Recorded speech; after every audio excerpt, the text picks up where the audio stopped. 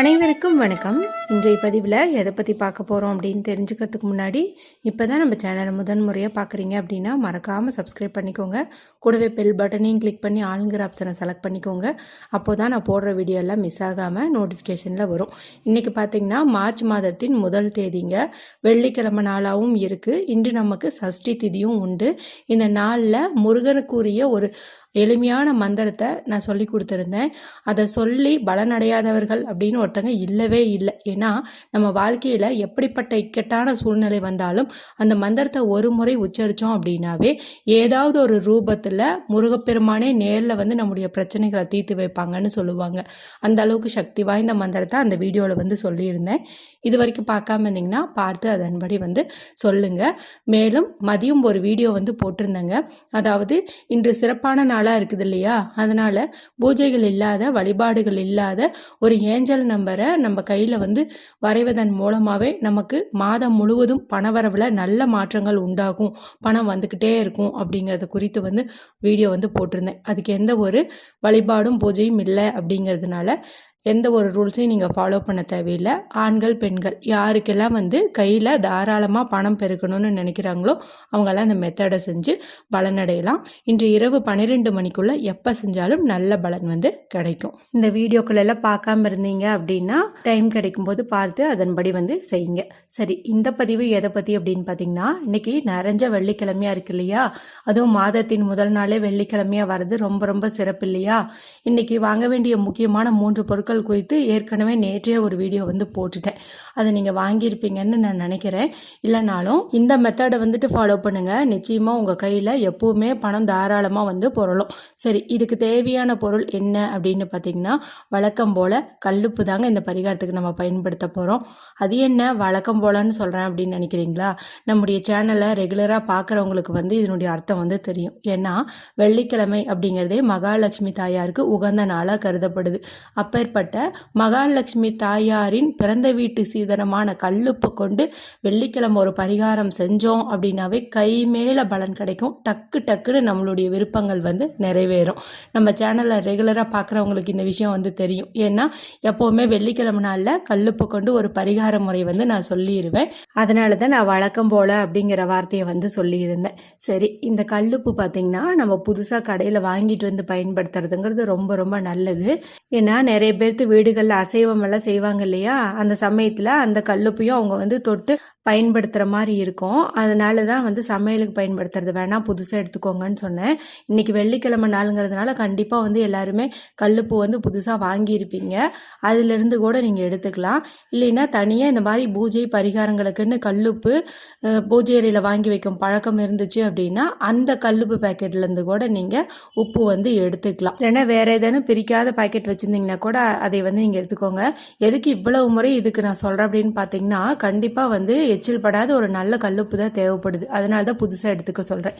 இப்போ நமக்கு தேவையான பொருள்னு பார்த்தீங்கன்னா, கண்ணாடி, பீங்கான், மண்ணகல், இந்த 3ல் இருக்கக்கூடிய ஏதாவது ஒரு பவுல் வந்து நமக்கு தேவைப்படுது. இந்த 3ல் ஏதாவது ஒன்று தான் நம்ம கண்டிப்பாக வந்து எடுத்துக்கணும். இந்த 3ல் ஒன்று கூட உங்கள் வீட்டில் இல்லை அப்படிங்கும்போது நீங்கள் இந்த பரிகாரத்தை அடுத்த வெள்ளிக்கிழமை கூட செய்யலாம். ஏன்னா இதை ஒவ்வொரு வாரம் வெள்ளிக்கிழமை செய்யும் போதுமே அற்புதமான பலன்கள் கிடைக்கும். அதனால் இந்த வெள்ளிக்கிழமை செய்ய முடியலைன்னா அடுத்த வெள்ளிக்கிழமை வந்து இந்த பொருள் ஏதாவது ஒன்று வாங்கிட்டு வந்துட்டு அதன் பிறகு செய்யுங்க. இப்போ ஒரு கைப்பிடி அளவு கல்லுப்பை நிரம்ப எடுத்து நீங்கள் அந்த கண்ணாடி பவுலில் வந்துட்டு போட்டு வைங்க. ரொம்ப ரொம்ப முக்கியம். அதாவது ரொம்ப பாதி அளவு போடக்கூடாது, ஒரு 3/4 பங்குக்காவது நீங்கள் வந்துட்டு போடணும். அதுக்கு முன்னாடி ஒரு விஷயத்தை வந்து சொல்லிடுறேன். இதை செய்வதற்கு நேரம் அப்படின்னு சொல்லிட்டு நிறைய பேர் வந்து கேட்பீங்க. அதனால சொல்கிறேன், இந்த பரிகாரத்தை நீங்கள் இரவு 8 to 9 மணியான சுக்கர ஓரையில் செய்யும்போது அற்புதமான பலன்கள் வந்து கிடைக்கும். வெள்ளிக்கிழமை நாளில் சுக்கர ஓரையில் செய்யும்போது உடனடி பலனே கிடைக்கும். அப்படி பார்க்கும்போது இன்றைக்கி காலையில் 6 to 7, மதியம் 1 to 2, இரவு 8 to 9 இந்த 3 நேரத்தில் தான் சுக்கர ஓரை வரும். இப்போ இந்த வீடியோ பார்க்கும்போது 2 ஹோரை டைம் வந்து முடிஞ்சிருக்கும். நமக்கு மீதி இருக்கிறதுன்னு பார்த்திங்கன்னா இரவு 8 to 9 தான். அதனால் அந்த நேரத்தில் நீங்கள் வீட்டில் மகாலட்சுமி தாயார் முன்பு ஒரு தீபம் ஏற்றி வச்சுட்டு வற்றாத செல்வம் பெருகணும்னு வேண்டிக்கிட்டு இந்த பரிகாரத்தை வந்துட்டு நீங்கள் செய்யுங்க. அடுத்த வாரம் செய்கிறவங்களா இருந்தீங்கன்னா நான் சொன்னேன் இல்லையா அந்த 3 டைமு அதில் ஏதாவது ஒன்று நீங்கள் ஃபாலோ பண்ணிக்கோங்க. அடுத்து ஒரு முக்கியமான விஷயம், இதை பெண்கள் மாதவிடாய் சமயத்தில் செய்யக்கூடாதுங்க. ஏன்னா இது பூஜை அறையில் அமர்ந்து தானே செய்யணும். அதனால் மாதவிடாய் சமயத்தில் செய்யாதீங்க. 5வது நாளாக இருந்துச்சு அப்படின்னா குளிச்சுட்டு நீங்கள் செய்யலாம். இல்லைன்னா அடுத்த வார வெள்ளிக்கிழமை செய்யுங்க. இப்போ இந்த பவுலில் வந்துட்டு நீங்கள் கல்லுப்பு கொட்டி வச்சிட்டிங்க இல்லையா, அடுத்தது ஒரு சின்ன துண்டு பேப்பர் வந்து எடுத்துக்கோங்க. இந்த பேப்பர் வந்து எந்த கோடுகளும் இல்லாத மாதிரி ஒரு சிறு துண்டு வந்து எடுத்துக்கோங்க. இப்போ உங்கள் வீட்டில் மஞ்சள் நிறத்தில் பேப்பர் இருந்துச்சு, அதாவது சார்ட் பேப்பர், கலர் பேப்பர் இந்த மாதிரி இருந்தது அப்படின்னா நீங்கள் அதை அப்படியே வந்து டைரெக்டாக எடுத்துக்கலாம். மஞ்சள் நிற பேப்பருக்கு நாங்கள் எங்கேம்மா போகிறது அப்படின்னு நினைக்கிறவங்க வெள்ளை நிற பேப்பர் எடுத்துக்கோங்க. கொஞ்சம் மஞ்சளையும் தண்ணீரையும் லைட்டாக வந்து பேஸ்ட் மாதிரி கலந்துட்டு அந்த வெள்ளை நிற பேப்பரில் வந்து தடவி விடுங்க. ஏதாவது ஒரு பக்கம் தடவி விட்டீங்க அப்படின்னாவே போதும். அது கொஞ்ச நேரம் ஆகும் உலர்றதுக்கு, ஒரு 5 நிமிஷமாவது ஆகும். அதனால் வந்துட்டு நல்லா வந்து தடவி விட்டுருங்க. மொத்தத்தில் அந்த வெள்ளை நிறம் அப்படின்னு தெரியாமல் இருந்தால் சரி. ஏன்னா மகாலட்சுமி தாயாருக்கு இந்த மஞ்சள் நிறம் அப்படிங்கிறது மிகவும் பிடிக்கும். சுக்கிர பகவானுக்கு வெள்ளை நிறம் அப்படிங்கிறது மிகவும் பிடிக்கும். ஆல்ரெடி வெள்ளை நிறத்தில் இருக்கக்கூடிய கல்லுப்பை இந்த பரிகாரத்துக்கு நம்ம எடுத்துக்கிட்டோம். இப்போ மகாலட்சுமிக்கு பிடிச்ச இந்த மஞ்சள் நிறத்தையும் நம்ம பயன்படுத்தலாம். நீங்கள் முடிஞ்சால் 2 பக்கமும் கூட தடவி விடுங்க, இல்லைன்னா ஒரு பக்கம் மட்டும் தடவி விட்டுக்கோங்க. அடுத்து நமக்கு தேவையானது என்ன அப்படின்னு பார்த்தீங்கன்னா, 1 ரூபாய் நாணயம் வந்து தேவைப்படுது. கண்டிப்பாக வந்து 1 ரூபாய் நாணயத்தை தான் நம்ம பயன்படுத்தணும். மகாலட்சுமி தாயாருக்கு 1 ரூபாய் நாணயம் அப்படிங்கிறது தான் மிக பிரியமானதாக வந்து சொல்லுவாங்க. மேலும் எந்த ஒரு ஆரம்பத்திற்குமே பார்த்தீங்கன்னா 1 அப்படிங்கிறது தானே துவக்கம். அதனால் 1 ரூபாய் எடுத்துக்கிறது சிறப்பு. மேலும் இன்று மார்ச் 1 தேதியாகவும் இருக்குது. எப்படி பார்த்தாலும் நமக்கு 1 அப்படிங்கிற எண் வந்து இந்த இடத்துல பயன்படுது இல்லையா. அதனால் கண்டிப்பாக வந்து 1 ரூபாய் நாணயம் வந்து எடுத்துக்கோங்க. அடுத்து நமக்கு தேவையான பொருள் அப்படின்னு பார்த்தீங்கன்னா, பச்சை நிறத்தில் மை வரக்கூடிய பேனா, ஸ்கெட்ச் பென்சில், மார்க்கர், இந்த 3ல் ஏதாவது ஒன்று நீங்கள் எடுத்துக்கோங்க. எடுத்துட்டு இப்போ அந்த 1 ரூபாய் நாணயம் இருக்குது பார்த்தீங்களா, அதில் 1 அப்படின்னு போட்டிருக்குதுல்ல, அந்த இடத்துல நீங்கள் இன்ஃபினிட்டி சிம்பிள் வந்து வரைகிறீங்க. இன்ஃபினிட்டி அப்படிங்கிறது என்னென்னா முடிவற்றது, எல்லையற்றது அப்படின்னு வந்து சொல்லுவோம். அதாவது 8 அப்படிங்கிற நம்பரையே நீங்கள் வந்துட்டு கொஞ்சம் ஹரிசாண்டலாக, அதாவது படுத்த மாதிரி எழுதுனீங்கன்னா அதுதான் வந்துட்டு இன்ஃபினிட்டி அப்படின்னு சொல்லுவோம். அதாவது பணம் வந்து நமக்கு தங்குதடை இல்லாமல் லைஃப் லாங் வந்துக்கிட்டே இருக்கணும் அப்படிங்கிறதுக்காக தான் இந்த சிம்பிளை வந்து நம்ம இந்த நாணயத்தின் மீது எழுதுகிறோம். இப்போ வந்துட்டு எழுதிடுங்க. இது அழிஞ்சாலும் ஒன்றும் நீங்கள் கவலைப்பட தேவையில்லை. எழுதுவது அப்படிங்கிறது தான் முக்கியம். இப்போ இன்ஃபினிட்டி இது எழுதி வச்சுக்கோங்க. இப்போ இந்த பேப்பர் பார்த்திங்கன்னா நமக்கு நல்லா வந்து ட்ரையாக இருக்கும். அந்த மஞ்சளெல்லாம் வந்து நல்லா காஞ்சிருக்கும் இல்லையா. இப்போ அதே பச்சை நிற பேனாவால் நான் சொல்கிறேன் இந்த 2 நம்பரை வந்துட்டு நீங்கள் எழுதணும். என்ன நம்பர் அப்படின்னு பார்த்தீங்கன்னா 520, அதுக்கு கீழே வந்து 741. 520ன்னு எழுதிட்டு அதுக்கு கீழே வந்து 741 அப்படிங்கிற நம்பர் வந்து எழுதிருங்க. எதுக்காக இந்த நம்பர் அப்படின்னு பார்த்தீங்கன்னா, இது ஒரு பணவசியத்தை ஏற்படுத்தக்கூடிய ஏஞ்சல் நம்பர் அப்படின்னே சொல்லலாம். எங்கே இந்த நம்பர் அதிகமாக இருக்கோ அந்த இடத்துல எல்லாம் வந்து பணம் அதிகமாக பெருகிட்டே இருக்கும் அப்படின்னு வந்து சொல்லுவாங்க. நம்ம சாதாரணமாக கூட நம்ம கையில் இந்த நம்பரை எழுதி வச்சுட்டு அடிக்கடி பார்த்துட்டு இருந்தோம் அப்படின்னா ஏதாவது ஒரு வகையில் நமக்கு பணவரவு உண்டாகும். சரி, இப்போ வந்துட்டு நீங்கள் இது எழுதிட்டீங்க இல்லையா.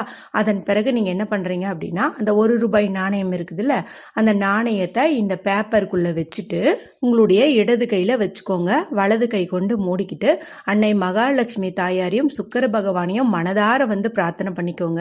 எங்கள் வீட்டில் வற்றாத செல்வம் வந்து பெருகணும், அல்ல குறையாத பணவரவு ஏற்படணும், ஏதாவது ஒரு அவசர தேவைக்குன்னு பணம் செலவானா கூட அது நல்ல செலவாக இருக்கணும், மேலும் செலவு செஞ்ச தொகையானது எங்களுக்கு 2 மடங்கு வேகமாகவும் கிடைக்கணும், அதிகமாகவும் கிடைக்கணும் அப்படின்னு சொல்லிட்டு பணம் சம்மந்தப்பட்ட நேர்மறை வாக்கியங்களை நீங்கள் பயன்படுத்துங்க. அதன் பிறகு அந்த கல்லுப்பு பவுலில் கொட்டி வச்சோம் இல்லையா, அதை நல்லா கொஞ்சம் ஆழமாக தோண்டி அதுக்குள்ளே இந்த பேப்பரை வச்சு மேலே நல்லா கல்லுப்பு கொண்டு மூடி வச்சுடுங்க. இது அப்படியே உங்களுடைய பூஜை அறையில் பத்திரமா வந்து வச்சுருங்க. எத்தனை நாட்கள் இது அப்படியே இருக்கட்டும் அப்படின்னு பார்த்தீங்கன்னா, இதுக்கு கணக்கு அப்படின்ட்டு ஒன்று கிடையாது. ஏன்னா எந்த பொருளுமே வந்து கெட்டு போகாது. அதனால் நீங்கள் அதை வந்து அப்படியே வச்சுருக்கலாம். உங்களுக்கு மாற்றணும்னு நீங்கள் விரும்புனீங்கன்னா வியாழக்கிழமை நாளாக பார்த்து இதில் இருக்கிற பேப்பரை விளக்குலையோ மெழுகுவத்திலையோ காட்டி எரிச்சிட்டு அதை சாம்பலை வந்துட்டு நீங்கள் ஊதி விட்டுட்டு பிரபஞ்சத்திற்கு நன்றி அப்படின்னு சொல்லிடுங்க. இந்த ₹1 நாணயத்தை திரும்பவும் நீங்கள் இந்த பரிகாரம் செய்கிற மாதிரி இருந்தால் பயன்படுத்திக்கலாம். இல்லைன்னா நீங்கள் உங்களுடைய பணம் வைக்கும் பெட்டியில் வந்து வச்சுக்கலாம். இந்த கல்லுப்பை கால்படாத இடத்துல போட்டுருங்க.